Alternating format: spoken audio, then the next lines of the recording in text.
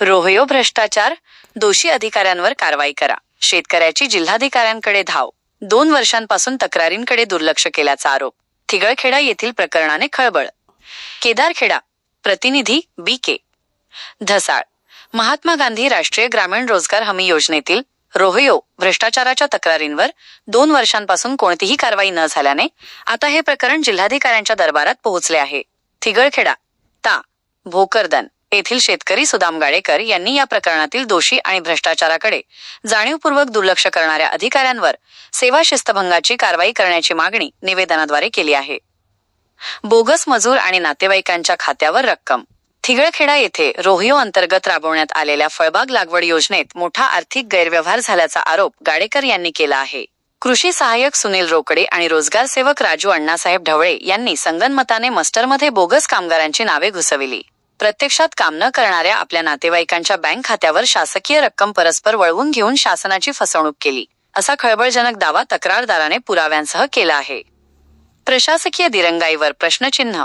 सुदाम गाडेकर हे गेल्या 2 वर्षांपासून सन 2024 पासून या भ्रष्टाचाराविरोधात लढा देत आहेत.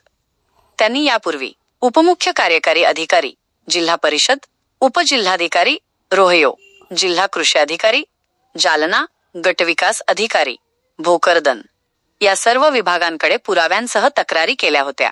मात्र 2 वर्षे उलटूनही कोणत्याही विभागाने ठोस प्रशासकीय किंवा विभागीय कारवाई केलेली नाही. प्रशासकीय अधिकाऱ्यांनी कर्तव्यात कसूर करून तक्रारदाराची दिशाभूल केली आहे, असा आरोप गाडेकर यांनी जिल्हाधिकाऱ्यांकडे दिलेल्या अर्जात केला आहे.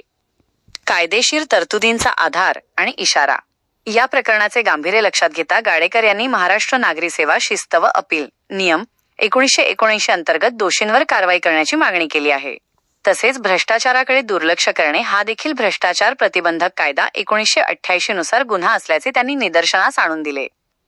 जर या प्रकरणाची निष्पक्ष चौकशी करून दोषींवर कठोर कारवाई झाली नाही तर विभागीय आयुक्त, लोकायुक्त आणि उच्च न्यायालयात दाद मागू, असा इशारा सुदाम गाडेकर यांनी दिला आहे. या अर्जासोबत त्यांनी गटविकास अधिकाऱ्यांचा मूळ चौकशी अहवाल आणि बोगस कामांचे इतर तांत्रिक पुरावे देखील जोडले आहेत.